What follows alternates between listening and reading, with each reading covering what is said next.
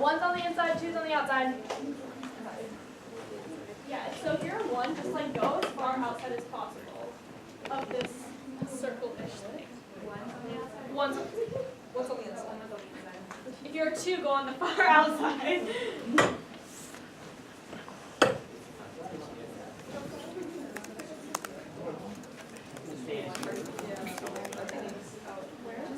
Okay, so then if you are a 1, who's on the inside, find a 2 who's on the outside. You're a 1.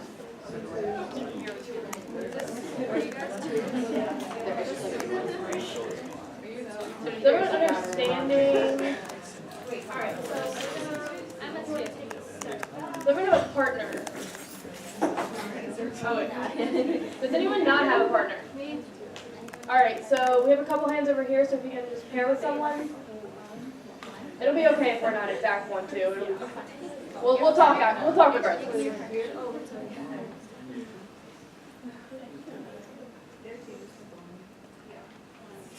Alright, make sure you're standing like in front of your partner so we can like rotate. Does that make sense? Okay, does everyone have a partner now? Does anyone not have a partner? You don't. Okay, do someone want to participate? Do one of y'all want to participate? I can participate. Sure, Emily will be a partner. Great. So, first question. Well, we're going to start by introducing, every time you meet a new person, introduce yourself, name your major, all that fun stuff. First question, where in the world would you travel and why?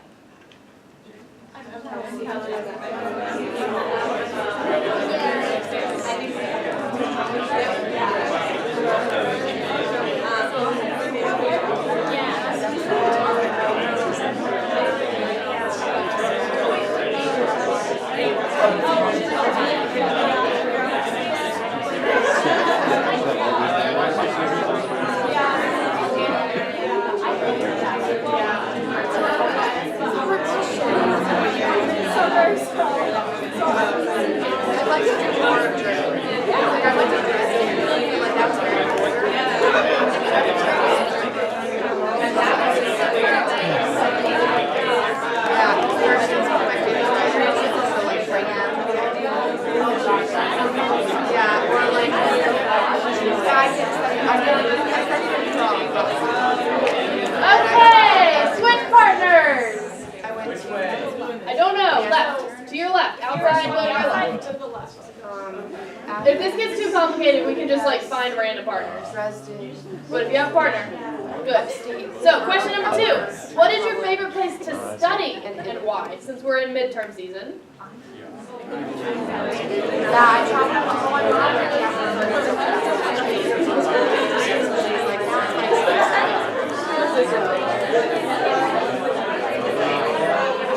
I take up my money so I did everything that I wanted.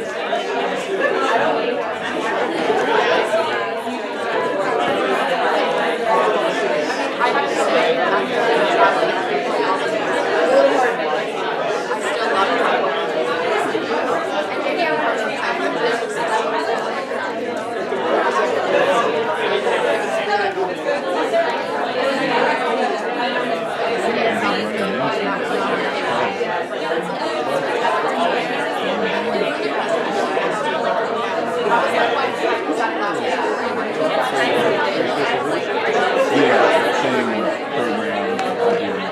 Okay, switch again. Me too. Question number 3. A little more serious. Are you looking for a job for the summer, and have you started?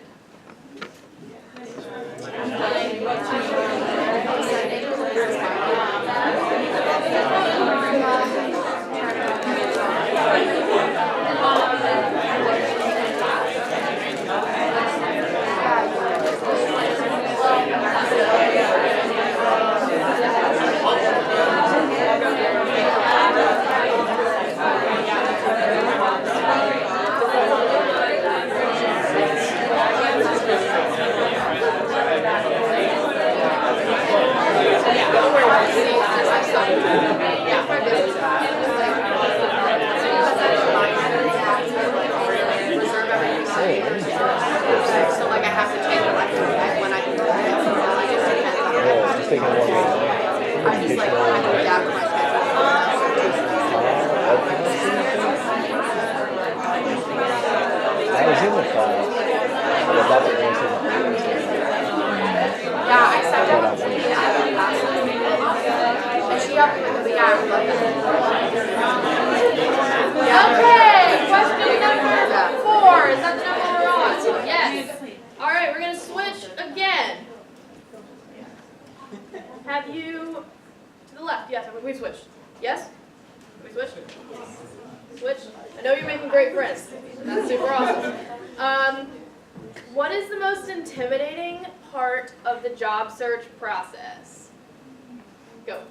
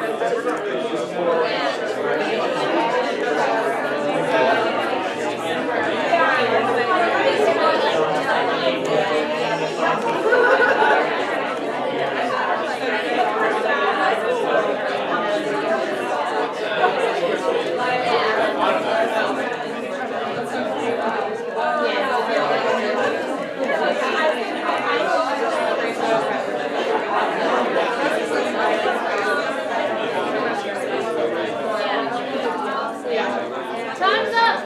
I hope you all made some great friends and had some very productive conversations that we can address coming up. So if everyone can take their seats again, we will get into the nitty-gritty of this.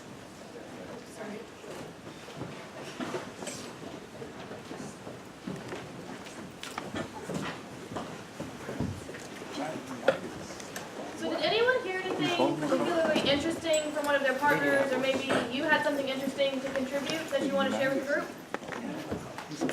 Something about the job search, maybe where you want to travel.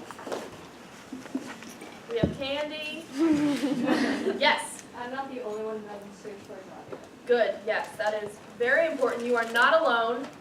Everyone in this room is at totally different stages of the job search process and in totally different stages of the university process. So it's good to know that wherever you are, someone else is there too, and you can help each other along.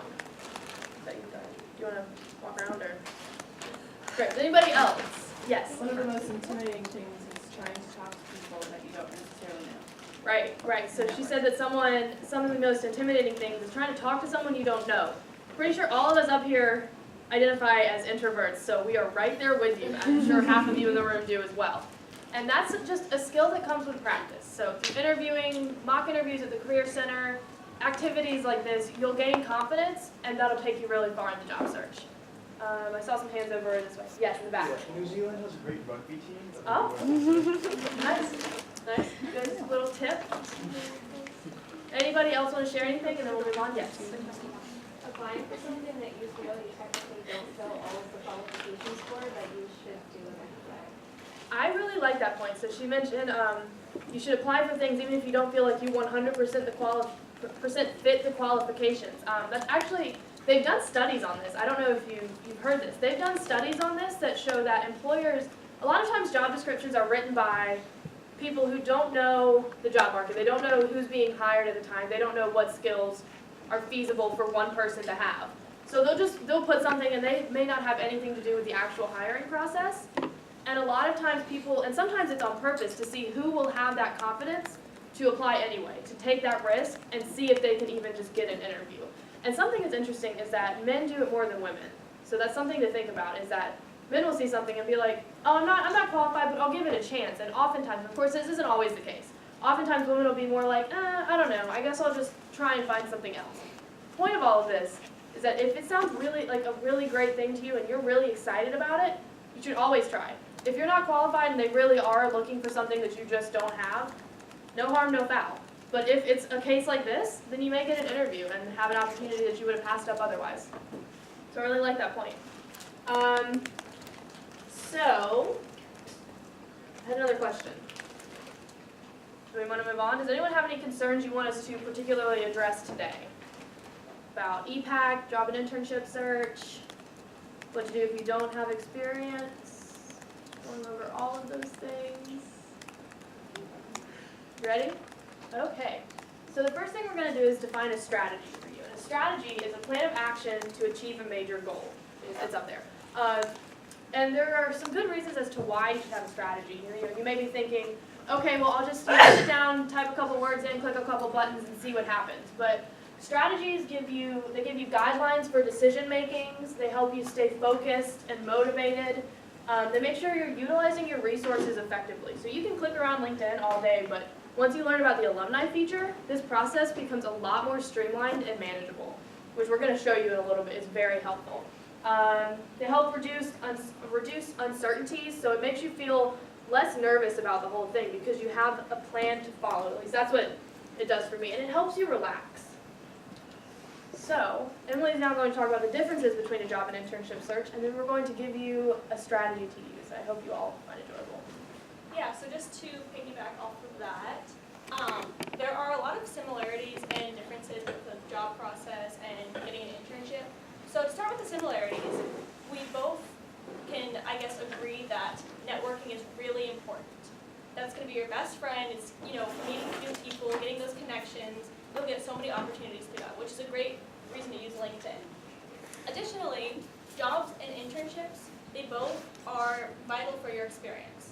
So you have a job somewhere, let's say, over the summer you work as, like, for example, I worked as a lifeguard and like a few years ago, and that was really important for me to gain people skills. So that's part of my experience. But additionally, I'm looking for an internship for the summer to gain more experience towards my major.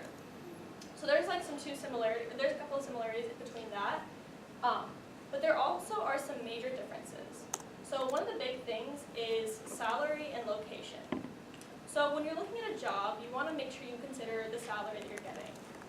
Money might not be everything, but with an internship, it can be either paid or unpaid. So that's not really as important, whereas a job is long-term. So you want to consider the location additionally. So if you're going to be looking at something where you don't think you could settle in a certain area, whether it's in a rural area or something you're just not interested, that's more important when you're looking at the job search. Whereas internship is more temporary and only lasts for, let's say, a summer. Additionally, you want to also make sure you know what kind of supervision you're going to have. So in a job, that kind of varies. If you're going into a job where you get a management position, for example, you might not have as much supervision, whereas in an internship, they're pretty much guiding you step by step. And going off of that, internships are more for your benefit, whereas a job is more for the benefit of the employer. So those are just a couple of similarities and differences between jobs and internships. But one thing to consider that's pretty similar is the timing. So if you are graduating in May, for example, you want to start looking for jobs in the fall before, because a lot of recruiters will be looking for students during that time period, and they'll snatch up the jobs fast. And internships, you can look for them year-round, but if you're looking for a summer one, the fall is also a good time to start looking, because a lot of times they'll all be gone by December or January or whatever, later winter. I would like to add to that this also all depends on your industry. Some recruiters don't even start hiring until late spring. So it's always good to start looking as early as possible. Like, definitely start in the fall, but if you don't get anything, don't be discouraged because there may be opportunities that just haven't even been posted yet. Yeah, and if you want to touch on co-op also, Emma has some great experience with that. Right, so I just finished my first rotation of a co-op last semester, and like she said, location is important in a long-term job, but not so much in an internship or co-op because they're very finite experiences. I really don't love the location of my co-op. I live about in not an apartment I would have chosen for myself. About 20 minutes down the highway from where I work. So I have to get up early, I have to be at work at 7, I have a highway commute every day, and it's just not an environment that I would choose to be in. But it's a really great experience and it will get me really far in my professional career, so I'm not that worried about it right now. But when it comes down to actually applying for long-term jobs, that's something I'm going to have to consider very highly. So co-oping is a wonderful experience. I know right now we're trying to actually expand the program to include even more majors and find more opportunities for people. I was going to say something. Right. So co-op is, the process is you have a, I'm so sorry. There's a orientation, yes. You have to go to a co-op orientation, register with the co-op program, and then you can start seeing co-ops on EPAC. When you're not registered for the program, those opportunities won't be available for the general public because they want to really specialize it to the people who are looking for them. But once you find them, they're really great opportunities. If you don't know what it is, it's a 3-semester rotational work-study program. So you graduate with 12 months of work experience. Typically, it will add time to your graduation date, but it makes up for it because you still have that year of work experience. So really, it evens out in terms of number of years doing each thing. It can advance you in your field. It can make sure that you are in the right field for you. It can be a great learning experience, just like an internship. And co-ops typically get even more responsibility, especially second and third rotations, because you've been around, you've been trained at the company, and you kind of know what's going on. A lot of times, this isn't the case with every co-op, but it can also lead to a full-time job offer. A friend of mine is actually interviewing at the company he co-opted at this week for a job offer when he graduates in December. So it's got all sorts of opportunities. Some companies are more rigid. Some will hire you out of school. It's something to look into, especially if you want something more long-term and something that will give you more responsibility than a single summer internship. Alrighty, so I know that was a lot of information thrown at you guys, so we're going to take another break with an activity called Think, Pair, and Share. And for this activity, you guys are going to discuss with the people at your tables. It's just 3 questions pertaining to the job search process, and then after I let you guys have some time to discuss the questions, we'll kind of regroup and recollect and discuss each question. And if you guys wouldn't mind, please volunteer to answer the questions. And we have more candy, so yeah, take all the candy. All right, so you guys can start the activity.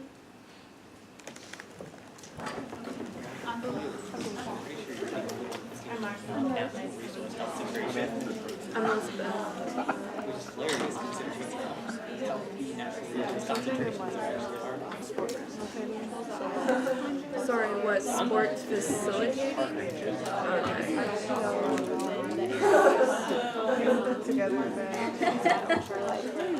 General guide.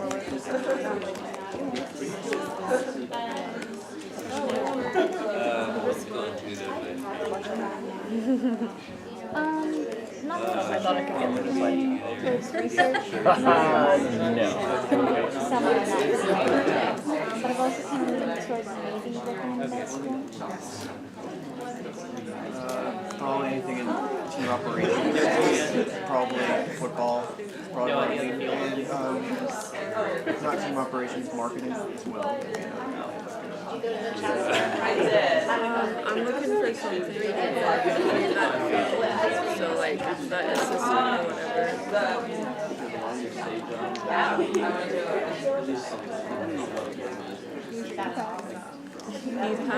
LinkedIn, Indeed.com is pretty good. Indeed.com, yeah. They have a ton of stuff. Well, Indeed isn't the great for sport jobs.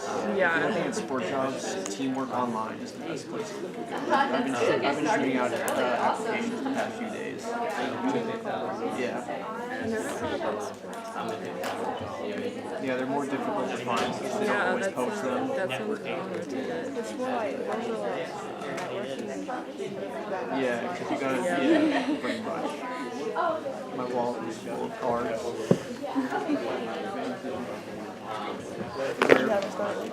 Not Yeah, career Yeah, career fairs.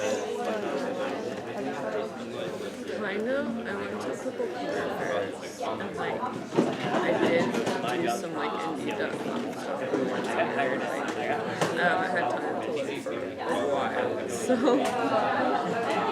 For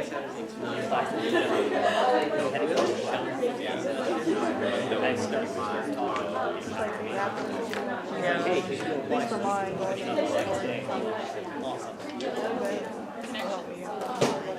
yeah, getting involved in research. Well, the concentrations are What year? Sophomore. it's not written.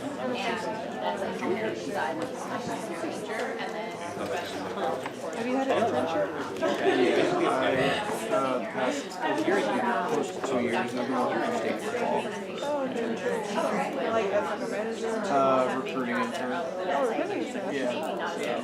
They shoved me down in a room on the 3rd floor and let me do computer work. So, and then I mean you help out on game days too, but So you're MCR too? yeah. Professors, yeah. Long session thing for the internship class. So Yeah, so did you get, like, did you meet them closer to you? yeah, close to yeah. Did you make them like specific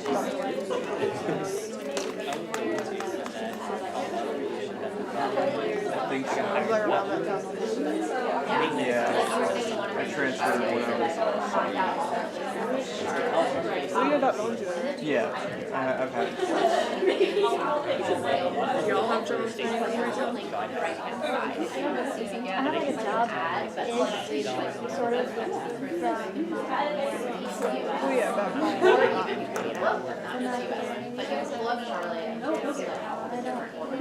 I've done it.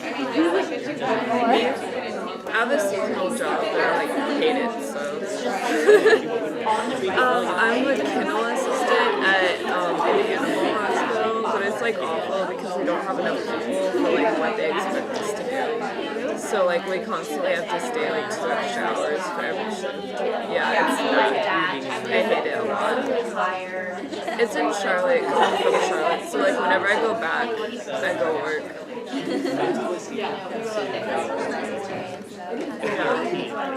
A lot of And then for like breaks and stuff in the summer. Charlotte's 3 hours, but like I live there, so it's not that bad. You can just take the train there or make a drive. Yeah.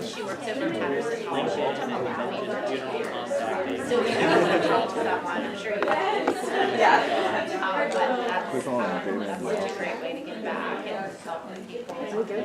LinkedIn again. So we at least got this. And you can, if you're interested,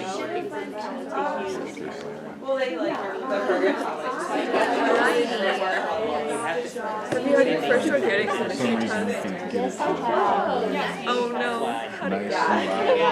Okay, that's good.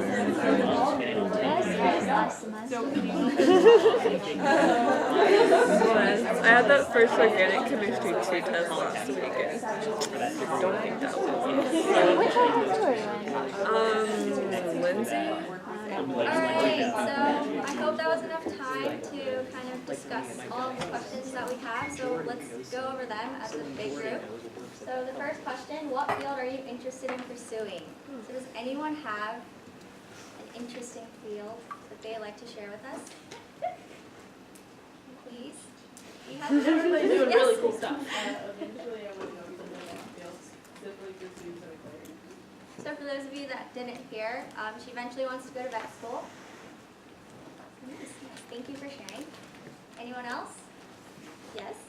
I would like to be a criminal defense lawyer. Ooh, that sounds interesting. Alright, one more person? Y'all should say Yes. something. I'm trying to be a park ranger. Ooh, nice. Do you know where at specifically? State parks out in Colorado, I think that's where I'm looking for right now. Alright, so the second question. What are 2 tools that you can use to find jobs? I know y'all know this. I saw your hand first. Ooh, oh. Just give y'all both candy.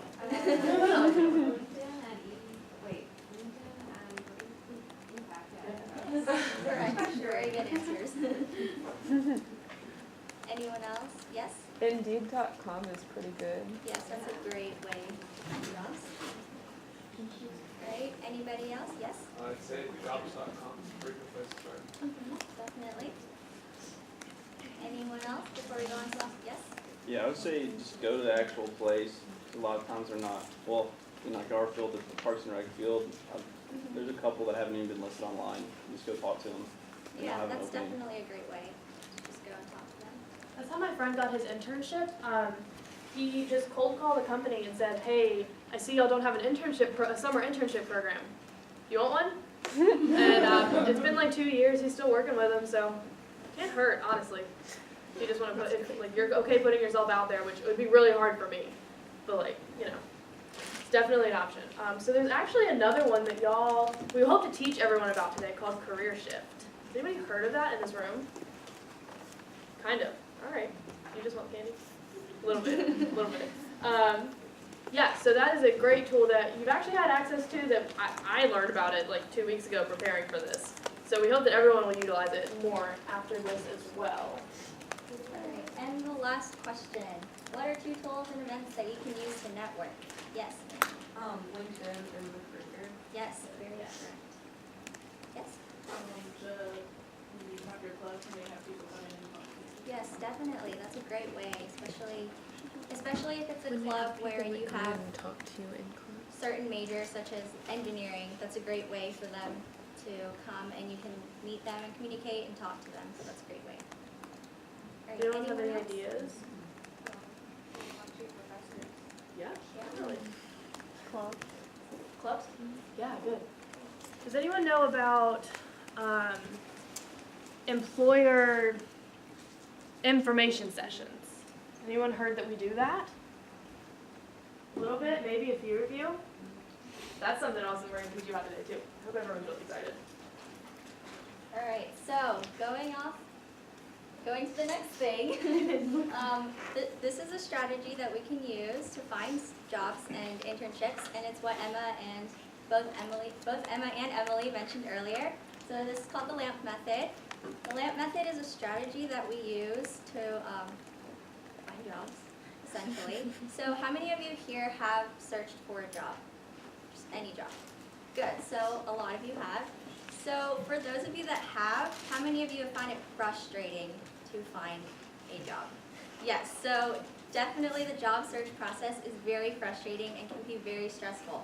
But this method is a great way to keep you organized, and it's more of an unfrustrating method to use. So LAMP stands for List, Alumni, Motivation, and Postings, and we're going to teach you guys what these are in the following slides. So the first one, List. So List is the first part of the LAMP method, and it's going to take 40 minutes. So the LAMP method is essentially going to take you just 1 hour, so it's very short. 1 hour is not that long, so you can devote your time for 1 hour just to find jobs. So the first one is List, and it's going to take 40 minutes. And basically what you're going to do is you're going to create a target list and aim for about 40 companies while doing it with 4 different approaches. And those 4 different approaches, I make a little acronym for it. It's called DAPT. So D is finding the dream employers. So you're going to list a company that you essentially want to work for, or somebody you want to work for, or a certain job that you want to work for. The second one is A, which is alumni, and this is a great tool that you can use. You can also find it on LinkedIn, which Emily will go on with further later. And it's on LinkedIn. It's called the Alumni Search Tool. The third one is Posting Search, and that's where you all mentioned you can use ePAC, LinkedIn, Indeed.com, Jobs.com, yes, Jobs.com, and then the Career Shift that Emma mentioned earlier. And the last one is Trend Search, and that one is finding the future projection or growth of your job. So that just kind of gets you into the idea of, is this job really something that will project in the future? And if not, will there be high income or low income or in the middle? So we have List, and then the next one is Alumni. So alumni, this is the next part of organizing your thoughts. So when you're looking through your jobs and through your really long list of your companies, you really want to know if you can find some kind of connection. And with that, you're basically going to say either yes or no. If you see you have these little charts, this will kind of give you a good visual of what you could do with your LAMP method, but you can either write yes or no. If there are people that you know that are working at the company. And on LinkedIn, this is why we recommend that everyone should update and get a LinkedIn. There's this awesome tool. If you go, type in North Carolina State University. Sure. And there's this button right here. Everyone can see the little cursor. It says See Alumni. You just click on that. And now you can search for basically anything you're looking for. So Elise and I were talking earlier. We both like this company called Biogen. So if I wanted to get a job there, or see if there's someone I know who works there, I can just type in Biogen. Also, if you don't know, you can just click on those bars and it'll narrow it down. True. Yeah, so if I'm looking for some Biogen alumni, there's 676 alumni. Like, that's a lot of connections I could make, and that's pretty manageable. So let's say I want to live in the Raleigh-Durham area. I want a job here after I graduate. So I just click on that, and it narrows it down even more, and it can show people who have worked there in the past, people who are currently working there. So if you scroll down here, these are the connections that you could potentially have. So this little number right here, second, it means that you aren't connected to them directly, but you have a connection who is connected to them. So part of networking is just always growing your, I guess, connection. Yeah, networking is growing your network. So if you talk to your friend, let's say it says 11 connections in common, Emma has a lot of people that she knows that are connected to this person. She can ask them and be like, hey, I see you're connected with someone that works at Biogen. Would you mind letting them know that I'm interested in the job? And you can just keep growing your network through that. So this tool is really awesome. So once you have your list of companies, as Elizabeth mentioned, you can click on LinkedIn, search whatever company you're looking for, and then type or write the yes or no. So yes, I found a bunch of alumni who work for Biogen. So that's just a really awesome tool to help you narrow down and see how feasible this search can be. And I will say we're a very large university. It's probably going to be pretty hard not to find alumni, so you always have those potential connections floating around there somewhere. The next step is motivation, and this is a really simple step, 5 minutes. It's a rank of 1 to 5. So 5 is, this is your dream company. I would give just about anything to work here. And 1 is like, I mean, they do what I want to do. Wouldn't be the worst thing. And anywhere in between that. And this is where your research comes in handy, especially if you just made a list of 40 companies like off the bat super fast. You do your research, you read the job description, you look at the website to learn kind of about company culture, what do they value, maybe a location search to see if this is a full-time thing, to see maybe, is this in an area I want to live in? Am I going to be able to find housing close, or do I have that 20-minute highway commute? Just rank, and then you're going to rank them 1 to 5. Something I like to do is to do this in an Excel file, because later, once you get your number ranking here and in the next step, you can sort by those numbers, and it makes it a lot easier than like trying to rewrite everything.